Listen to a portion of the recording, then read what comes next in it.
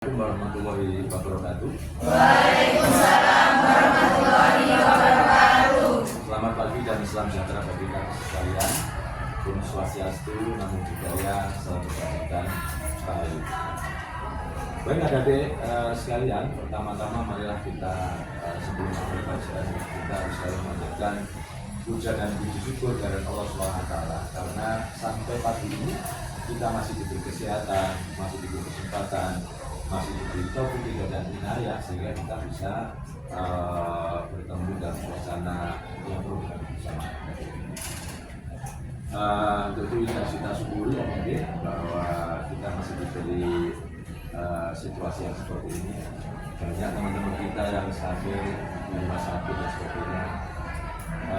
Semoga kita menggunakan mereka semua, kita juga bisa mendapatkan kesehatan yang baik. Adik-adik, ini pertemuan yang kedua yang kita akan membahas tentang dasar komunikasi adik-adik ya.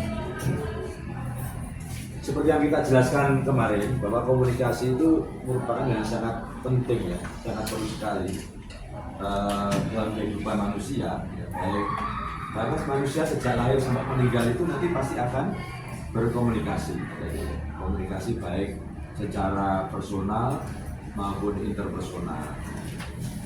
Lalu semuanya itu kita butuhkan ya, karena kalau kita orang yang kadang-kadang timbul masalah itu apabila komunikasinya kurang baik ada timbul miskomunikasi, mengira-ngira sesuatu yang sebenarnya tidak seperti itu, tapi dia sudah mengira-ngira hal yang itu nanti adik-adik apalagi sebagai petugas PMIK itu diperlukan suatu keterampilan yang baik untuk berkomunikasi dengan masyarakat atau pasien yang datang ke rumah sakit.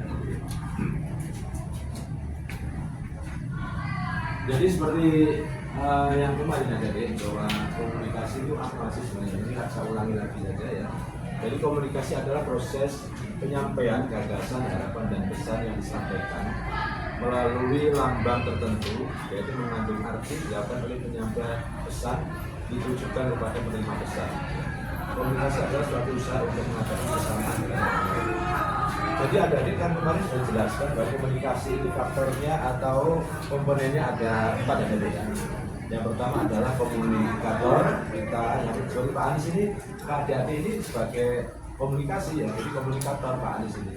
Lalu yang kedua ada komunikan ya, yang akan diberi komunikasi itu diantaranya seperti adik-adik ini komunikan ya. Yang ketiga adalah ada pesan. Pesannya apa? Hari ini kita melakukan meneruskan materi bab 2 ya, tentang komunikasi. Dan yang keempat adalah medianya. Medianya apa?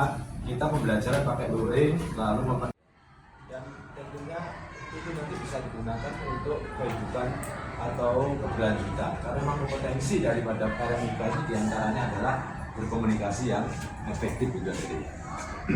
Jadi komunikasi itu macam-macam ada deh ya.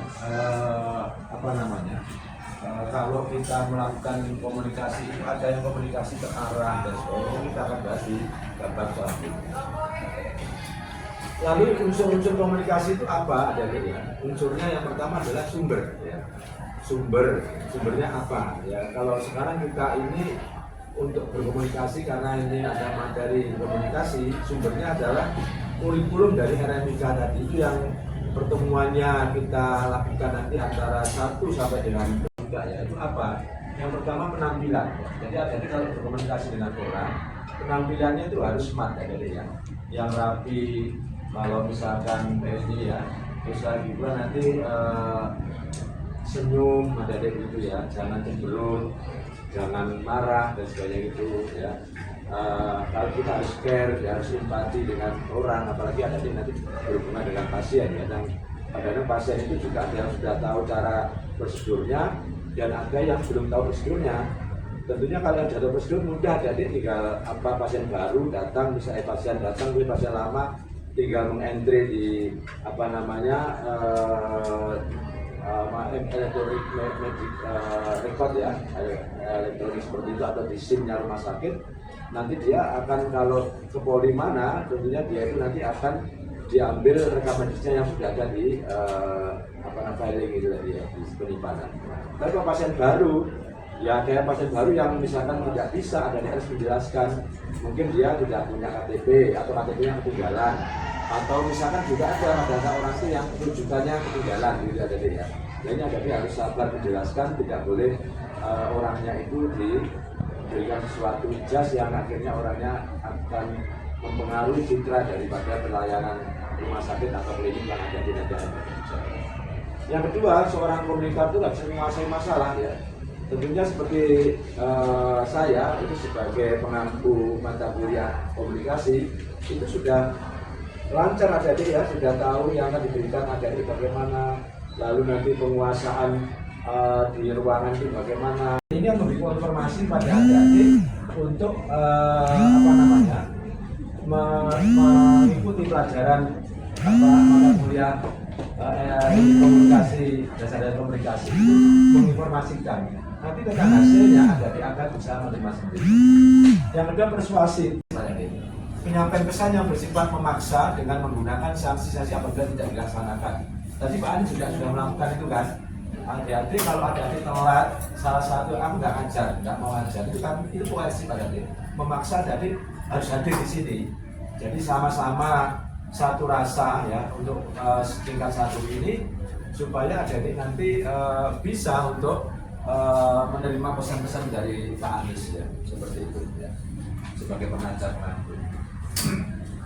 Ini adik menurut pesan proses komunikasi adik ya, menurut Putri dan Center komunikasi yang efektif harus dilaksanakan dengan melalui 4 tahap adik. Yang pertama fact finding ya, menyajikan dan mengumpulkan fakta data sebelum seorang melakukan kegiatan komunikasi. Jadi sebelum saya melakukan ini adik komunikasi untuk melakukan komunikasi tadi malam Pak Anies sudah menyiapkan ya apa kira-kira yang materi-materi yang akan saya sampaikan pada pagi hari ini ya, supaya adik nanti terarah dan secara metode ilmiahnya itu ada rangkaian-rangkaiannya gitu adik. Yang kedua planning ya, jadi prosesnya itu, jadi harus merencanakan ya, jadi dibuat secara rencana tentang apa yang akan dikembangkan dan bagaimana mengutamakannya. Jadi saya sudah menyiapkan, nanti saya besok ketemu adik-adik, saya akan ini absensi melihat dan sebagainya, terus akhirnya bisa pas gitu ya. Lah yang itu persuasi dulu, kalau yang tidak dipaksa adik harus ini. Nanti adik juga seperti itu kepada apapun, tapi nanti harus fleksibel. Nanti dipaksa, kalau orangnya tetap tidak tahu nanti diberi informasi ini sesuai petunjuk di rumah sakit seperti ini, nanti gitu ada ya. Nanti seperti itu prosesnya. Mungkin ada yang ditanyakan sampai sini ada ya? Sementara belum ya? Nggak apa-apa. Jadi kalau mau tanya nanti misalkan diberi aja langsung tanya, nggak apa-apa ya. Ini prosesnya nanti ada terus melakukan komunikasi ya. Setelah planningnya matang itu terus kita melakukan itu, dan yang keempat evaluasi nanti. Oh ternyata evaluasinya mungkin di dalam diskusi pertanyaan dan sebagainya, atau kalau biasanya ada kalau sudah beberapa pasien begitu ada nanti bisa melakukan evaluasi kira-kira saya melakukan komunikasi dengan pasien itu sudah benar atau enggak ya. Jadi nanti ada bisa menilai. Oh kalau kurang betul ternyata kan nanti pasien ada misalkan puas tidak puas dan ini ya. Terus mengerti tidak mengerti itu nanti bisa diberi evaluasi itu checklist supaya nanti ini. Nah, sekarang ada komunikasi yang baik itu bagaimana? Ya. Yang pertama itu jelas penyampaiannya. Kira-kira seperti Pak Anies jelas nggak omongannya? Jelas. Jadi ngomongnya harus jelas, pesannya juga sudah disiapin. Jangan sampai nanti komunikasi, apalagi komunikasi yang bersifat struktural, itu harus ada tertata rapi ya. Jadi tinggal akhirnya menyampaikan tadi yang pesannya itu secara informatif atau itu sudah dicatat dulu, sehingga ketika kita berhadapan dengan orang itu kita tidak merasa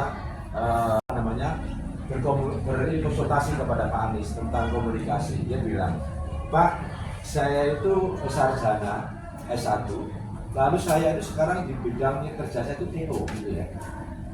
Lah saya itu Pak biasa menyampaikan ini, tapi kadang-kadang Pak kalau kita mulai itu saya kok bisa ngedek ya benar ini, padahal sudah gitu ya.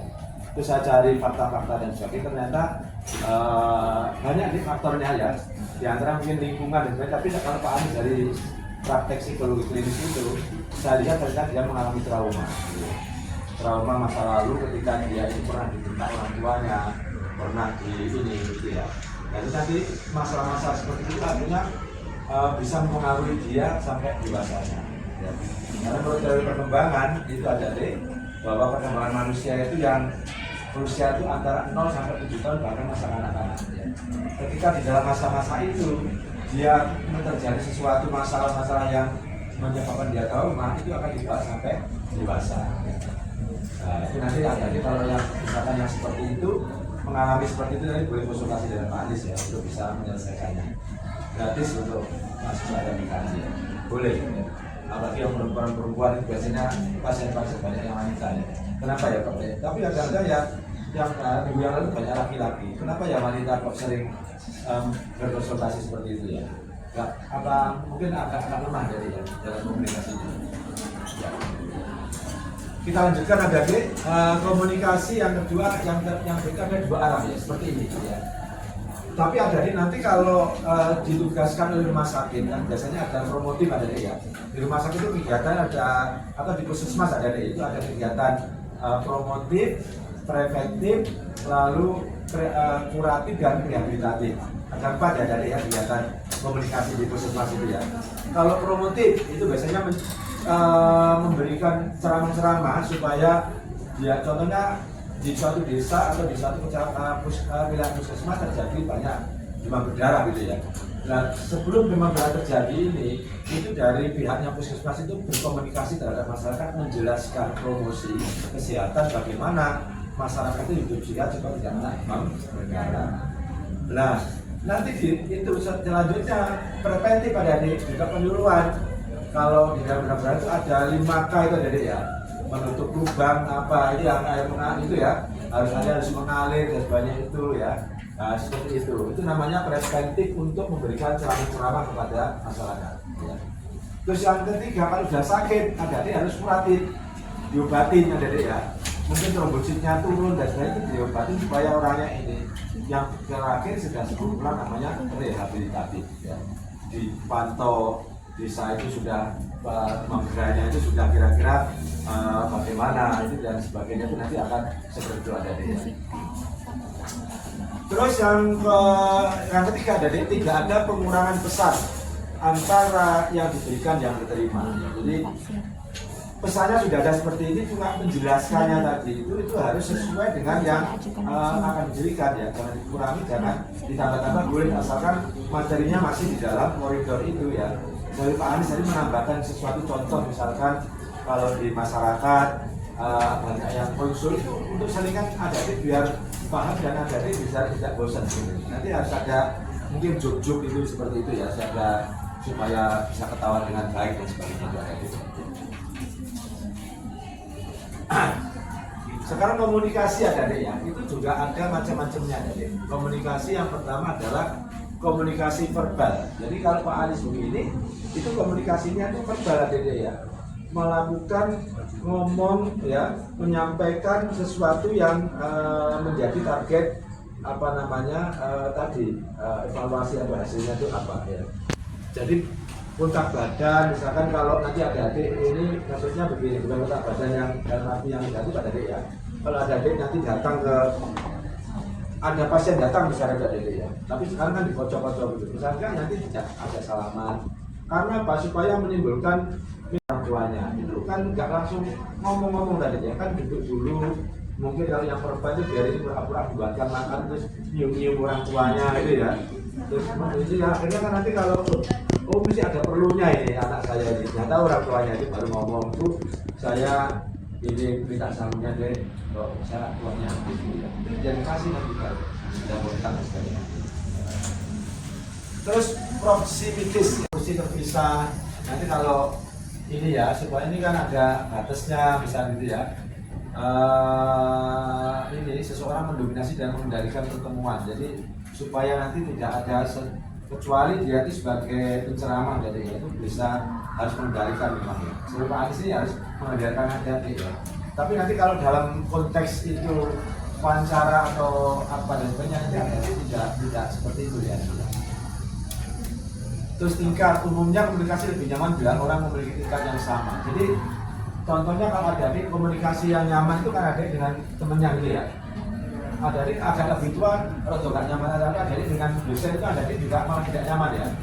Kecuali mau terus ketakutan, misalkan mau konsultasi apa itu, contoh kalau di ruangan prodi itu sudah melipir-melipir gitu ya. Sebenarnya itu perasaan aja dari jadi tidak boleh seperti itu ya. Tapi jadi kalau konsepnya yang penting koridornya itu pas ya ada masalah jadi ya. Tapi yang paling nyaman memang kalau dengan seumuran atau sepengetahuan itu ada ya, ilmu yang sama RPK-nya ngomong juga enak. Misalnya tadi dengan orang farmasi juga sudah lain kan untuk komunikasinya. Tapi kalau dengan sama-sama RPK walaupun tingkatnya atas, cuma kalau segi ini kan strukturalnya ada di juniornya gitu ya. Karena ada agak nyaman. Tapi kalau satu angkatan begini pasti nyaman aja dia. Mungkin bisa gojol-gojolokan, bisa apa duduk-dudukan kalau yang saya lihat. Postur, cara orang berdiri, duduk, berbaring, mencerminkan tekanan kecemasan. Jadi nanti bisa, jadi misalkan lengannya itu seperti ini gitu ya. Itu nanti bisa, oh anak ini mungkin tidak nyaman atau apa dan sebagainya gitu ya. Atau mungkin kata-katanya kurang keras, itu juga menunjukkan dia itu ini ya, tertekan gitu dari seperti ini ya. Jadi non verbal intinya itu nanti bisa kontak langsung dengan yang apa namanya itu tadi jabat tangan. Nah, intinya tidak dilakukan secara apa namanya penyampaiannya secara ini ya, secara omongan ya. Nah, karena kalau verbal secara omongan ada ya. Seperti itu. Ini yang dari ya, ini penampilan fisik ya, ekspresi wajah juga harus apa namanya baik ya. Lalu tentunya di sini nanti kalau misalkan ini ya, terus arah pandang, gerakan tangan dan kepala itu ya, itu juga menunjukkan sesuatu yang kadang-kadang kalau tidak bisa dilakukan dengan baik, itu adik bisa menilai. Makanya kalau seperti Pak Anies ini kan praktek psikologi klinis ya, komunikasi dengan orang itu non-verbal. Saya kan ada dalam psikologi klinis itu ada 3 tahapan ada untuk komunikasi. Yang pertama itu dengan observasi, yang kedua dengan wawancara, lalu yang ketiga itu dengan tes pesinya itu tadi apa? Membuktikan bahwa orang tadi itu nanti bisa ketahuan kecemasannya apa ini. Jadi nanti ketahuan ada deh ketika kita ajak bicara, pandangan wajahnya itu kemana orientasinya ya, lalu dia itu menunduk atau apa atau gaya tekanan bahasanya itu ketahuan, nanti diobservasi dulu.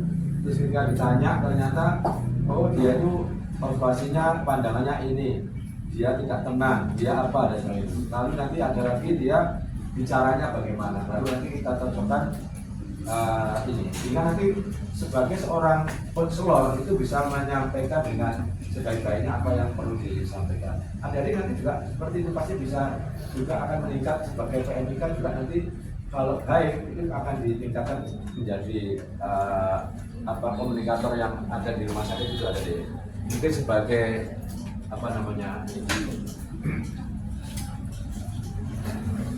adik-adik di dalam komunikasi itu ada jenis-jenis pertanyaan yang disampaikan adik-adik ya. Yang pertama adalah pertanyaan tertutup itu ya, dan dia jawabannya sesuai dengan yang ada di listnya itu tadi begitu ya. Yang kedua pertanyaan terbuka, memberikan kesempatan mendapatkan jawaban lengkap bagaimana perasaan Anda saat membahas topik yang ini misalkan maksudnya jawaban bebas itu ada ya. Kalau yang itu sudah kita tentukan.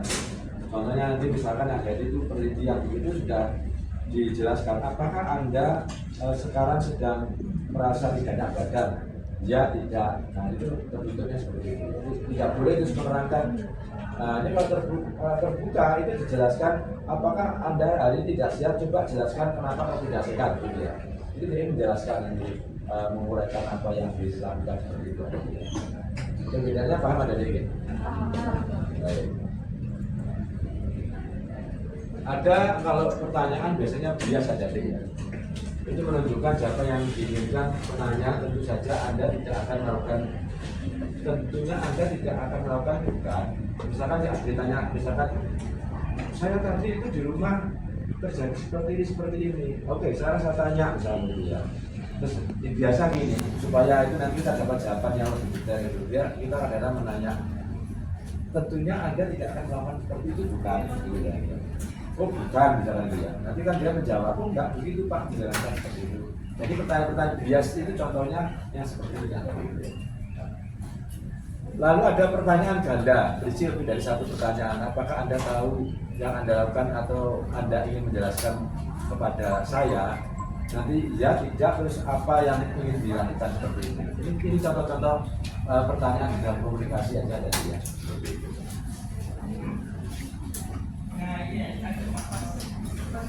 Ini dari ada bentuk komunikasi ada deh ya. Yang pertama adalah komunikasi interpersonal ya, atau face to face communication. Jadi interpersonal itu maksudnya adalah kita itu bagaimana berhubungan secara langsung dengan orang ya. Komunikasi ini di apa namanya dari disimpulkan itu paling efektif pada dia. Karena kita bisa langsung menanyakan sesuatu pada mereka dan kita tuh bisa langsung tahu apa yang kita, karena memang berhadapan ada dia dan langsung seperti itu ada dia. Pesan atau komunikasi dapat langsung direspon pada saat itu juga ya. Jadi langsung nanya, langsung menjawab gitu ya, atau membuat alasan, atau tadi ketika kita berada pada muka itu mungkin kita bisa melakukan hal yang langsung diketahui di situ dan mungkin menjelaskannya di situ ya. Bila tidak dari kejelasan pesan atau informasi dapat dijelaskan langsung oleh komunikator, jadi langsung dijelaskan. Komunikasi antar pribadi dapat efektif apabila memenuhi 3 hal. Jadi kalau kita itu berkomunikasi yang ini ya, yang interpersonal tadi, yang face to face itu akan mendapat hasil yang lebih baik. Ada itu apa? Yang pertama, kalau kita itu empati ya. Empati. Yang kedua respect ya. Empati itu ya ini menempatkan diri pada kedudukan orang lain. Jadi maksudnya begini ada mungkin pernah dengar simpati dan empati ya. Bedanya apa? Kalau simpati itu tertarik ada mencintai, tertarik. Kalau empati ada itu menempatkan orang lain itu seperti adik-adik. Jadi misalkan orangnya tuh kelihatan tidak punya uang, susah gitu ya. Adik-adik itu yang bagaimana ya rasanya kalau saya seperti itu. Nah, itu namanya empati ya. Lalu ada respect ya terhadap perasaan dan sikap orang lain. Jadi adik-adik harus kalau komunikasi harus berhadapan, yang mungkin verbal apa itu tadi ya, verbal atau non verbal tadi itu melihat seperti itu. Lalu adik-adik bisa melihat di situ tuh adik-adik harus menghargai mereka ya. Biar cara apapun kadang-kadang terus adik-adik nanti jangan memotong-motong pembicaraan mereka ya. Supaya nanti kalau biarin ada cerita yang aneh-aneh ya biarin. Ketika nanti dia itu sudah ini baru kita masuk ini, tapi kalau dipotong akhirnya tidak respect, dia tidak akan mengungkapkan apa yang dirasakan oleh dirinya. Terus satu jujur dalam menanggapi pertanyaan orang lain yang diajak berkomunikasi. Jadi kita harus jujur supaya mereka itu trust terhadap kita berhadapan begitu ya. Klien dapat lebih terbuka dalam menyampaikan masalah keinginannya karena tidak ada pihak yang hadir. Jadi nanti contohnya ada, misalkan taruhlah PJMK ini sama temannya, kan mungkin PJMK-nya marah-marah karena dia telat gitu ya. Itu nanti bisa lebih efektif berdua. Ditanya secara itu empati, kita berempati, kenapa kamu kok sampai telat? Kenapa kok ini apa ada masalah di rumah? Itu malah nanti bisa cerita ya. Tapi kalau dia, apalagi masalahnya sudah berhubungan dengan masa privasi ya, kalau di hadapan orang-orang tentunya pasti akan marah dari tentunya ya. Terus dia malu dan sebagainya, malah nanti tidak timbul kebaikan. Tapi kalau yang sifatnya pribadi seperti itu lebih banyak dari nanti sendirian berdua. Kalau di dalam konseling nanti ada juga pasti akan melakukan seperti ini ya. Itu proses konseling ini ada ya. G yaitu greeter itu ya, greeter klien permanen ya. Yang kedua adalah ask client about themselves. Jadi bagaimana kita itu berbicara dengan dia, mengatakan apa ya tentang yang problemnya dia itu bagaimana ya. Jadi kita itu harus hangat terhadap menghadapi klien kita atau kita ajak komunikasi itu ya. sama temannya juga begitu adik, supaya nanti bisa timbul masalah yang baik ya harus hangat. Hangat itu maksudnya bukan ini ya, bicara yang baik, sikapnya, senyumnya, lalu bisa menerima apa yang keluhan-keluhannya, itu namanya hangat adik. Lalu kita berbicara pada dia itu bagaimana, apa sih kira-kira yang misalkan ada pasien datang di rumah sakit itu yang susah, sedih ketika dari rumah sakit tidak dilayani, itu ya ada dia menanyakan apa sih kira-kira yang perlu saya bantu ya, yang bisa saya lakukan dan sebagainya seperti itu ya. Terus tell clients about their problem. Jadi kalau sasarannya apa, kebutuhan kerja spesifiknya apa dan sebagainya. Jadi saya kira ada ini tidak usah terlalu detail tentang ini ya. Yang penting ada ini tadi yang ini, karena orang kesehatan memang sabri penjelasan seperti ini ada di. Nah ini ada di pengembangan media, langkah media kan membuat desain medianya apa, sama sebenarnya dia. Kalau ada di biasanya sekarang kebanyakan rumah sakit atau klinik itu medianya pakai ini ya, Instagram misalkan ya, atau TikTok atau apa itu, karena memang zamannya seperti itu ada ya. Selain membuat pamflet-pamflet yang disebarkan ada ya. Terus implementasi monitoring dan asesmen ya. Dan petugasnya nanti ada pasti akan dilatih ya. Jangan ini ya. Bagaimana memantau prosesnya, terus meluncurkan programnya itu bagaimana jadi ya. Terus diukur dampaknya, apakah pengertiannya apa komunikasi kesehatan itu? Adalah usaha yang sistematis untuk mempengaruhi secara positif perilaku kesehatan masyarakat dengan menggunakan berbagai prinsip dan metode komunikasi, baik menggunakan komunikasi interpersonal maupun komunikasi massa ya. Karena nanti adik-adik kalau sudah bekerja di puskesmas atau ini kan tidak menutup kemungkinan adik-adik tidak bekerja di ruangan RMIK saja adik ya. Adik-adik pasti juga kalau potensinya ada bisa nanti bergabung dengan tim yang lain. Karena adik-adik waktu akreditasi adik ya. Jadi data rekam medis itu merupakan ketiga adik ya. Jadi ada medis, perawatan, baru rekam medis ini. Karena apa? Rekam medis ini merupakan jantungnya administrasi di rumah sakit adik. Jadi adik-adik nanti tidak usah berkecil hati dengan perawat dan sebagainya, karena adik itu yang megang data ini. Dan data itu kalau benar dan ini bisa untuk reimbursement untuk rumah sakit, dapat uangnya itu dari situ, dari data-datamu tadi itu ya. Karena memang data rawat jalan, rawat inap itu semuanya itu yang megang orang RMIK ya. Kalau yang dulu kan enggak, orang SMA itu ya, misalkan dia orang SMA dididik itu kan, sekarang harus ada, dan itu kalau tidak orang RMIK akreditasi rumah sakit itu nggak diakui. Jadi adik-adik jangan berkecil hati kalau sebagai seorang PMIK itu ya sama. Jadi nanti kadang-kadang kan adik-adik yang diberitahu itu bahwa kalau tidak setara itu kan minder ya. Adik-adik jangan minder di situ ya. Kalau misalkan ada sesuatu yang kurang pas itu ya sama dokternya dikomunikasikan dengan sebaik-baiknya adik-adik ya, supaya bisa melakukan dengan baik. Terus tujuan utama komunikasi kesehatan itu apa adik-adik? Yaitu perubahan perilaku ya. Jadi misalkan adik-adik itu perilaku bagaimana seorang pasien itu datang tuh ke rumah sakit, kalau untuk berobat harus lengkap, membawa apa saja, KTP, lalu kartu berobat, ada rujukan ya Mbak ya, itu harus itu. Jadi berubah perilaku. Kadang-kadang masyarakat tidak dipikir, apalagi sudah tua-tua jadi. Tapi sekarang kayaknya yang sudah muda-muda itu sudah. Tapi yang tua-tua itu kadang-kadang dia inginnya itu ya itu dari datang dilayani begitu. Padahal harus ada administrasinya. Ya itu berubah knowledge atau perilaku kesehatan yang dirubah. Contohnya misalkan dia itu berobatnya yang tradisional gitu ya. Padahal dia itu sakitnya medis, itu ya harus ke medis. Itu nanti adik bisa membantu untuk merubah perilakunya mereka dengan komunikasi yang sudah kita bicarakan yang di awal tadi. Lalu di dalam pelayanan kesehatan, komunikasi antar pribadi terjadi antar petugas kesehatan atau health provider dengan clients ataupun kelompok anggota masyarakat. Komunikasi antar pribadi merupakan perlengkapan komunikasi massa. Jadi selain nanti adik belajar yang face to face